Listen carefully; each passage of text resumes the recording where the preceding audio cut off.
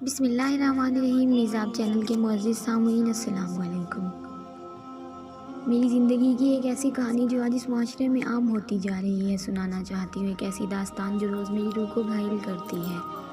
اولاد کی خوشی سے محروم ہونے کے باوجود میں خوبصورت ازدواجی زندگی گزار رہی تھی۔ سائم میرا شوہر اور میرا مان تھے، میری زندگی تھے۔ اولاد نہ ہونے کا تانا مجھے سائم نے کبھی نہیں دیا تھا۔ باجی مجھے فاتحہ کے گھر جانا ہے، سائم بھائی چھوڑ دیں گے نا؟ میری چھوٹی بہن نے مجھ سے پوچھا کیوں نہیں چھوڑیں گے؟ میری کیا مجال کہ ہوم منسٹر کی کسی حکم کی خلاف ورزی کروں؟ سالم نے شوق ہوتے ہوئے کہا۔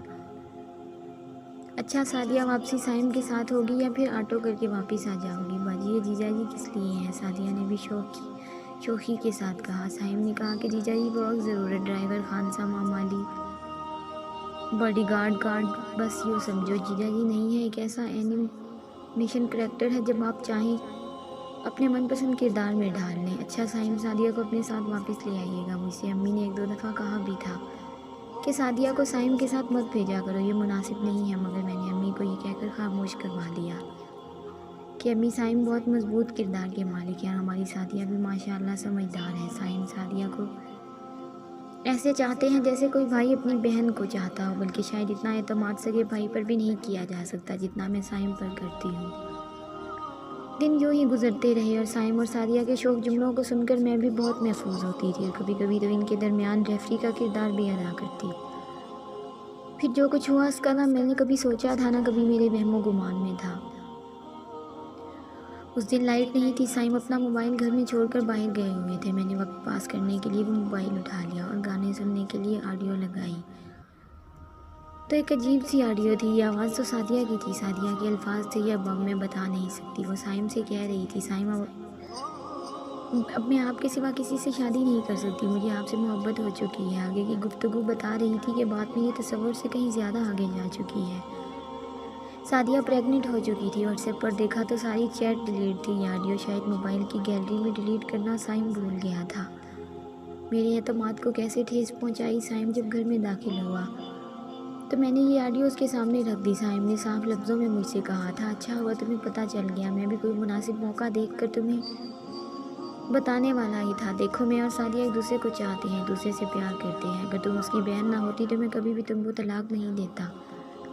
سائم کیا تم مجھے طلاق دے دو گے؟ میں نے پھٹی پھٹی آنکھوں کے ساتھ سائم سے پوچھا تھا۔ ہاں کیوں نہیں، کیونکہ دو بہنوں کو ایک ساتھ نکاح میں نہیں رکھا جا سکتا۔ میں پھوٹ پھوٹ کر رو دی تھی اور امی کے گھر گئی۔ سعدیہ سے کہا، ناگن بھی ساتھ گھر چھوڑ کر باہر کرتی ہے، تم کیسی ناگن ہو؟ تم نے اپنی ہی بہن کی خوشیوں کو ڈس لیا، تم نے میرے سہاگ پر ہی ڈاکہ ڈال دیا۔ باجی جو دل چاہے کہو، یہ آنسو کچھ دن میں خشک ہو جائیں گے، میں اور سائم کوشش کریں گے آپ کی اچھی جگہ شادی ہو جائے۔ بکواس بند کرو، تم اور سائم دونوں ہی گندے ہو، نام مت لینا، سب کچھ تو میرا لٹ چکا تھا، اب مجھے تنہا اسی آگ میں جلنا تھا۔ طلاق کے کاغذات مجھ تک پہنچ چکے تھے، سعدیہ اور سائم نے باقاعدہ کورٹ میرج کر لی۔ اب میں ایک ایسی آگ میں جل رہی تھی جس کے شعلوں کو خود میں نے ہوا دی تھی۔ میں ہی تو کہتی تھی کہ سائم بہت باکردار ہے اور سعدیہ بہت نیک ہے، گندگی تو لوگوں کے دماغوں اور آنکھوں میں ہوتی ہے۔ نہیں یہ تو ہونا ہی تھا، میں ہی تو تھی جس نے ان شعلوں کی پرورش کرنے کی کوشش کی تھی۔ شریعت کی اگر میں نے بات مانی ہوتی اور سالی بہنوئی میں کچھ قیود لگائی ہوتی تو آج مجھے ان شعلوں میں نہ جلنا پڑتا۔ شیطان اور نفس دونوں کو موقع دینا ہی سنگین غلطی ہے۔ آپ سے صرف اتنا کہنا ہے کہ میری اس کہانی کو آپ لکھ دیجئے تاکہ آئندہ اور کوئی نادیہ ان شعلوں میں نہ جلے۔ یہ شعلے کہیں کسی پھپھی اور بھتیجی کو جلاتے ہیں تو کہیں خالہ اور بھانجی کو۔ آپ سب کو شعلوں میں جلنے سے بچا لیجئے، بتا دیجئے انہیں، یہ شعلے جو انہیں جلاتے ہیں ان کی پرورش بھی یہ خود کرتی ہیں، روشن خیالی کی آڑ میں، ماڈرنزم کے خمار میں۔ اسلام ہی میں نجات ہے، اسلام میں سکون اور راحت ہے۔ آئیے نادیہ کی سچی کہانی کو دوسروں تک پہنچائیں، کیا پتہ کوئی اور نادیہ ان شعلوں میں جلنے سے بچ جائے۔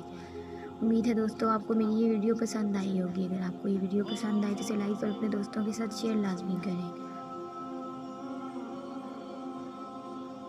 اور اگر آپ میرے چینل پر نئے ہیں تو چینل کو سبسکرائب بھی لازمی کریں اور ساتھ میں لگے گھنٹی کے بٹن کو ضرور دبائیں تاکہ ہر نئی ویڈیو کا نوٹیفیکیشن آپ دوستوں تک سب سے پہلے پہنچ سکے۔